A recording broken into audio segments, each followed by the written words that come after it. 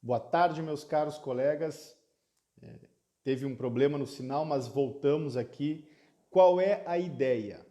Eu quero dividir hoje aqui com você algumas sacadas, uma especialmente para o credor. Na realidade, semana que vem, no dia 21 de janeiro, eu vou fazer a Masterclass O Credor na Recuperação Judicial e nós vamos lançar luz a essa figura fundamental no processo de recuperação judicial e que de algum modo é pouco explorada pelos operadores do direito. Na realidade, a recuperação judicial ela tem um foco forte do ponto de vista do administrador judicial, ela tem um olhar também muito consistente do ponto de vista do advogado, da recuperanda, mas ela de algum modo é pouco observada do ponto de vista dos interesses dos credores. E é sobre isso que nós vamos abordar no dia 21. Tudo bem, Juliana? No dia 21 de janeiro, na Masterclass O Credor na Recuperação Judicial. E é uma sacada que eu quero hoje dividir com os colegas. Olha só, normalmente, quando o advogado do credor ingressa no processo, o rito já está determinado. Normalmente, quando os advogados que representam os credores ingressam no processo, o rito já está mais ou menos pré-estabelecido. Só que tem um detalhe que poucos colegas conhecem e eu quero dividir aqui essa sacada, é que nem sempre esse rito estabelecido é o melhor do ponto de vista do interesse do credor. Como é que é, Marcelo? É exatamente isso. Nem sempre o rito estabelecido em lei, e claro, né, gente, tem colegas que desconhecem o rito, mas eu nem vou entrar nesse assunto. No dia 21, nós vamos explorar todos os passos para a boa defesa do interesse dos credores. Mas o que eu quero aqui é dizer que nem sempre o rito previsto na Lei 11.101 é o melhor a se fazer quando se defende o interesse dos credores. Marcelo, explica melhor o que você quer dizer. Vamos lá. Olha só, Luiz, olha só, Larissa. Quando nós estamos, por exemplo, na defesa do interesse do credor que não tem o seu crédito inscrito no quadro de credores, quando a recuperanda não inscreveu devidamente o seu crédito, o que pode acontecer é a avaliação do advogado a respeito de vale ou não a pena habilitar esse crédito. Agora eu quebro a cabeça de alguns colegas. Como é que é, Marcelo? Essa é uma dúvida que ninguém tinha. Essa é uma dúvida que, na realidade, foi colocada a partir de agosto, setembro, outubro de 2020, acerca se vale a pena ingressar habilitando o crédito do credor em uma recuperação judicial. Vamos ver se eu me faço entender. Olha só, com a recuperação judicial da Oi, tá caindo aqui esse fone, vamos lá. Com a recuperação judicial da Oi, o que aconteceu? No Brasil inteiro foram credores preocupadíssimos, buscando de todas as formas habilitar o seu crédito. E aí a habilitação com o administrador judicial, aí a habilitação via judicial, através da impugnação ao quadro de credores, o pedido de habilitação judicial, e aí a habilitação retardatária. E neste tema, a habilitação retardatária, o Poder Judiciário começou a enfrentar o seguinte cenário. Vejam que interessante. Olha o cenário que o Poder Judiciário começou a se debruçar.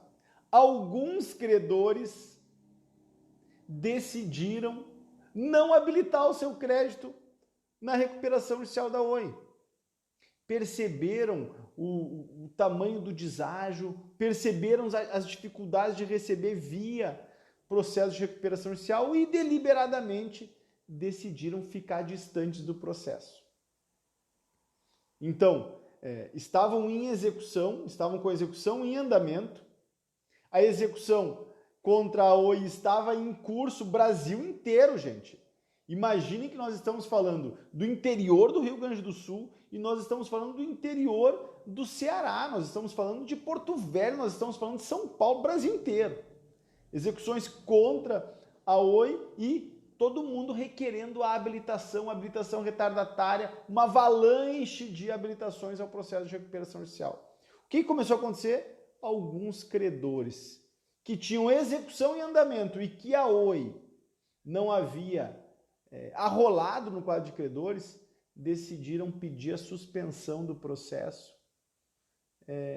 e não habilitar. Pensem comigo, pensem a sacada. Os advogados disseram, nós não vamos habilitar e a gente só quer a suspensão do processo. Suspende-se o processo de execução enquanto perdurar a recuperação judicial. O que faz nesse caso?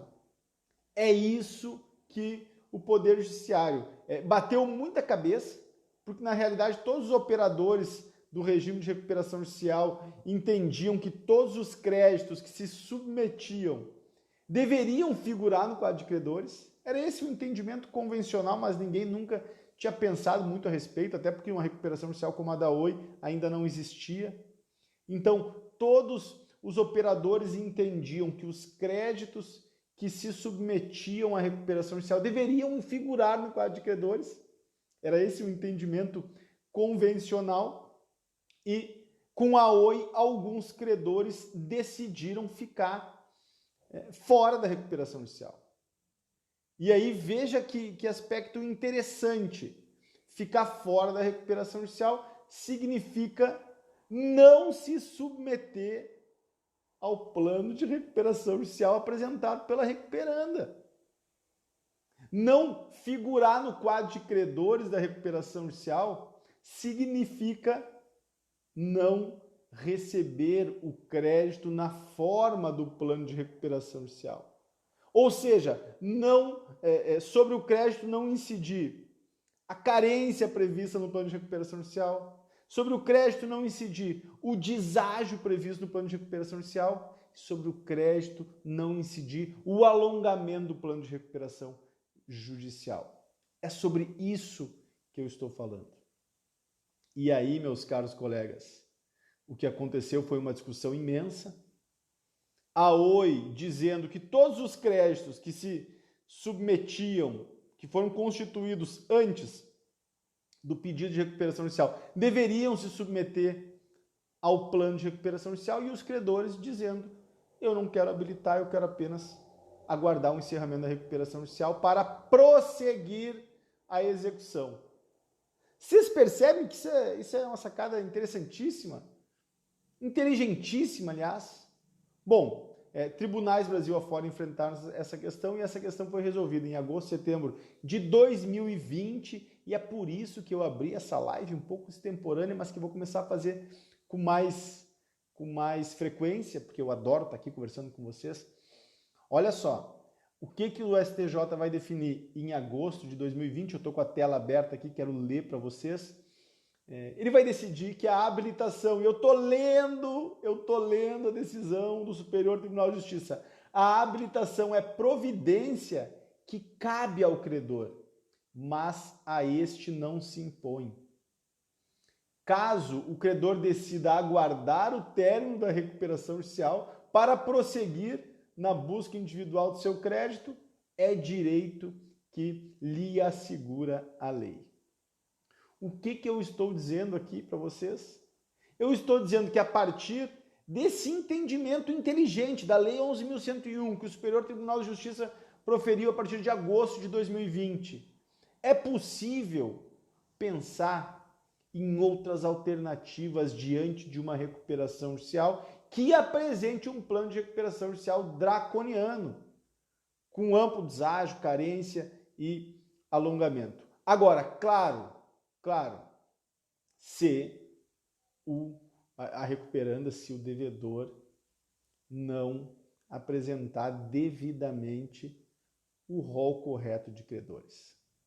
Então, a Juliana me pergunta qual é o número do RESP. Vou declinar o número agora, querida. Olha só. Agravo em recurso especial número 1675 583. 1675-583. E aí, Juliana, você percebe que nós começamos a jogar, a deixar a sair da infância e entrar no mundo adulto do jogo?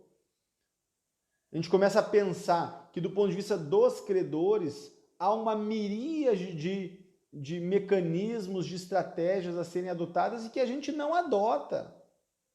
Atuando como administrador judicial e mesmo como advogado de recuperanda, eu não vejo esse tipo de diligência, esse tipo de estratégia que sai da caixa convencional de habilitação e de aceitar o plano conforme ele foi apresentado.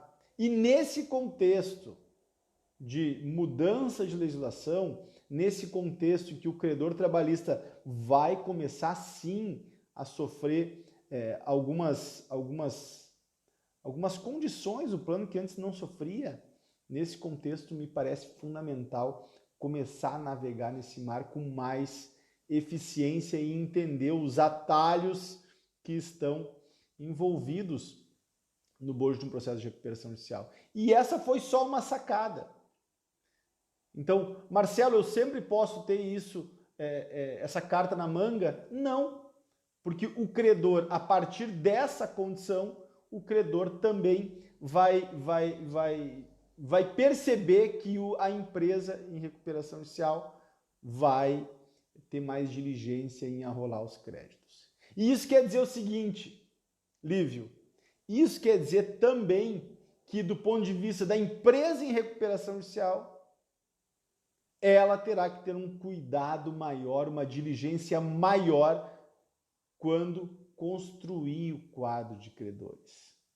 Porque daqui a pouco a empresa define repactuar os seus compromissos a partir de uma recuperação judicial e deliberadamente deixa de fora um ou outro crédito, pensando que vai se beneficiar da ausência da habilitação.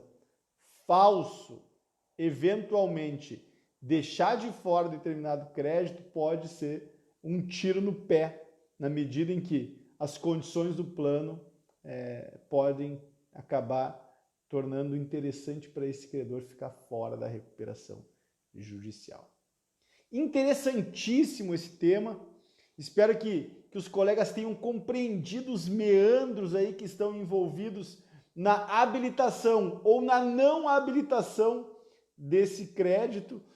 Cada caso é um caso. Há circunstâncias, meu caro Bitelo, que favorecem a habilitação. Por exemplo, um plano de recuperação judicial interessante, que não seja tão agressivo. Uma comarca que seja mais lenta. Eventualmente a recuperação judicial vai travar, vai demorar mais para andar, e isso significa que talvez valha a pena figurar no quadro de credores. Então, há uma série de variáveis a se verificar. Agora, não é certo, não é uma afirmativa 100% correta que sempre é necessário habilitar o crédito que não foi regularmente inscrito pela recuperanda.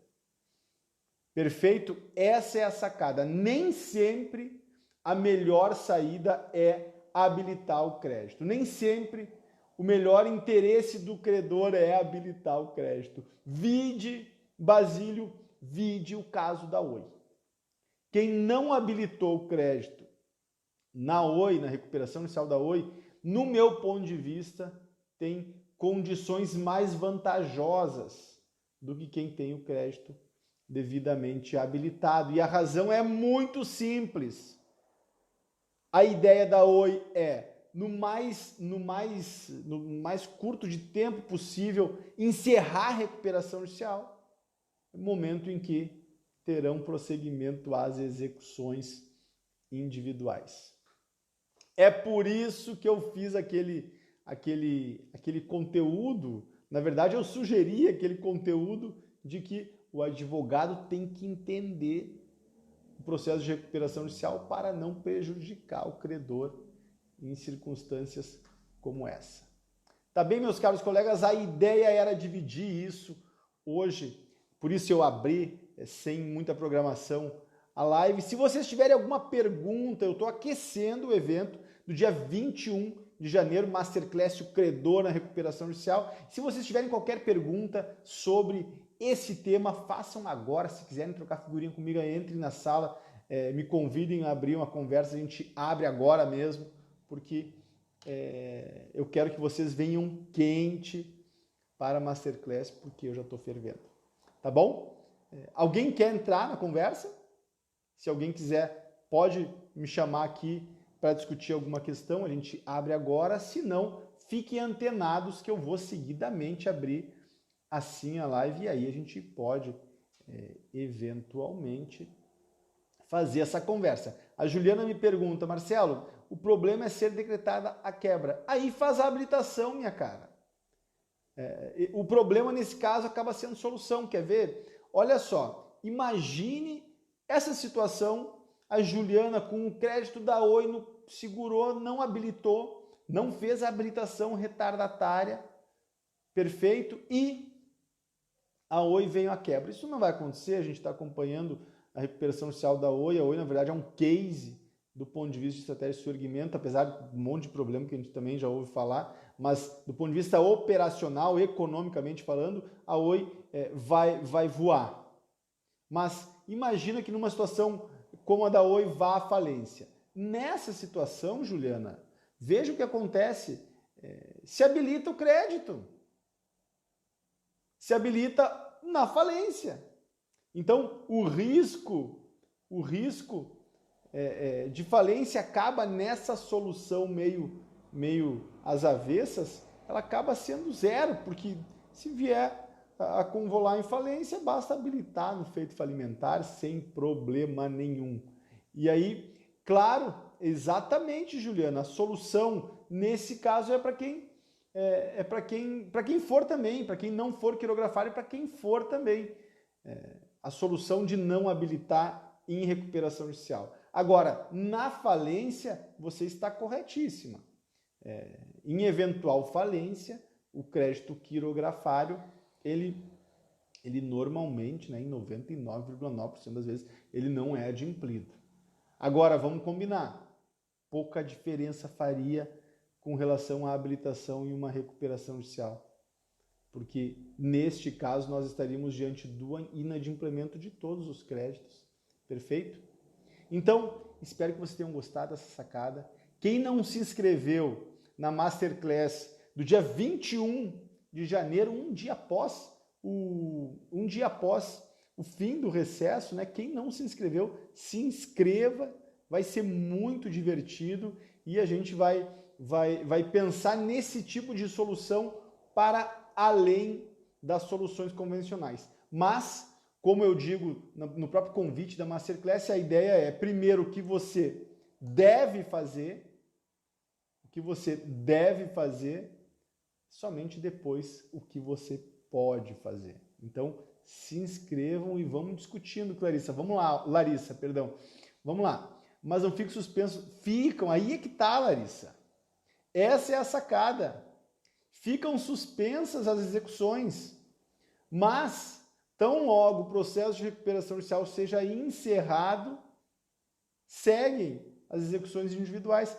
Larissa Piaseschi foi sobre... Eu estou conversando agora sobre o tema que nós discutimos no colegiado empresarial, acho que em novembro ainda, sobre a possibilidade de o crédito não ser habilitado na recuperação, pensando em encerrar a recuperação judicial e ter prosseguimento às execuções individuais. Então, Larissa Samit, não sei como é que fala. Larissa, olha só. Então, nesse caso, se suspende a execução, mas o crédito, a ação de execução suspensa, não vai ter este crédito submetido à recuperação judicial. Usando termos tecnicamente mais precisos, não ocorre sobre essa ação de execução que não foi habilitada, não ocorre a famosa novação do plano de recuperação judicial. Então, em relação aos créditos que não foram habilitados na recuperação judicial, o que ocorre é que esses créditos não são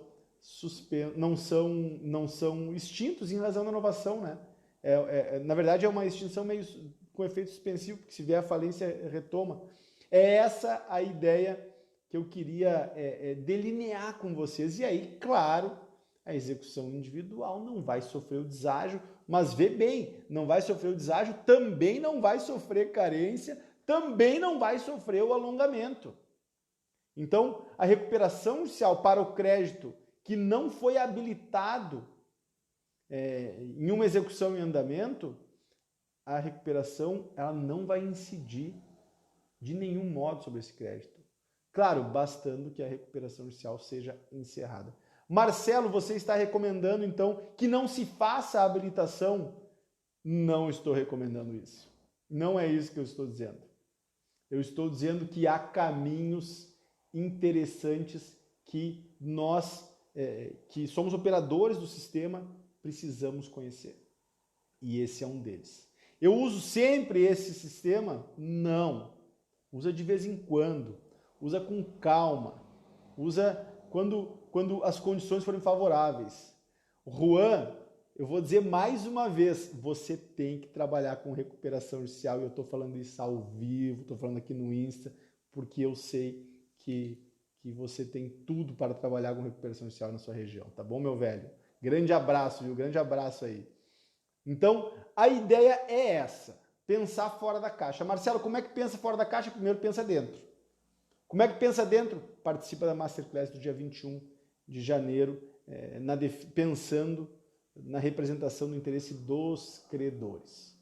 Tá bem? Marcelo, mas e o treinamento avançado em recuperação judicial? Agora não é hora de discutir o treinamento avançado em recuperação judicial. O treinamento é completo, pretende dar conta de todas as informações e todo o processo, todas as fases do processo de recuperação judicial, mas agora eu estou simplesmente apontando alguns caminhos para o credor e apontando objetivamente. Quem acompanhou essa live entendeu, e eu sugiro que quem não acompanhou, chegou agora, assista depois, porque eu vou deixar no ar. Tá bem? Mais alguma pergunta, gente, sobre esse tema? Vejam que esse tema faz toda a diferença, né? Atuar com qualidade nesse tema significa o credor receber integralmente o seu crédito. Veja só, o credor receber integralmente seu crédito, ou o credor ficar indefinidamente sendo jogado para um lado ou para o outro em uma recuperação judicial complexa e grande, como é a recuperação judicial da Oi. Então, é por aí que vai essa reflexão. Espero que os colegas tenham gostado. Abre várias outras, né? Dá vontade de explorar outros temas, mas a gente agora não vai fazer isso. Em tempo, vai. Tá bom? Em frente, boa tarde, bom trabalho. Quem está no escritório e abriu no escritório essa live? Quem está no escritório e abriu essa live no escritório? Então, diga aí para mim, quem está no escritório, quem está trabalhando e deu uma pausa, olhou e veio conversar comigo. É isso que eu quero fazer de vez em quando. De vez em quando eu vou parar de fazer o que eu estou fazendo e entrar aqui para dividir algumas figurinhas com os colegas. Tá bom? Essa é a ideia e eu espero que vocês façam isso comigo. Então, quando eu entrar no escritório, nessa hora, eu quero que quem está trabalhando no escritório também faça isso. Estou trabalhando em casa. Gente, a minha intenção é dividir sacada importante e atual. É essa a minha ideia. Então, se você está trabalhando, eu quero dizer uma coisa. Larissa, minha querida colega, eu também. Então, você está trabalhando, o Bruno Sakai está trabalhando, o Basílio está trabalhando, nós todos estamos trabalhando e de vez em quando a gente trabalha juntos. Foi isso que a gente fez nesses 5, 10, 15, sei lá quanto tempo eu estou aqui. Tá bom? Grande abraço, deem curtidas depois desse vídeo agora e vocês sabem, eu sempre uso uma expressão e vou usar novamente, em frente, tá bom? Grande abraço, fechando aqui.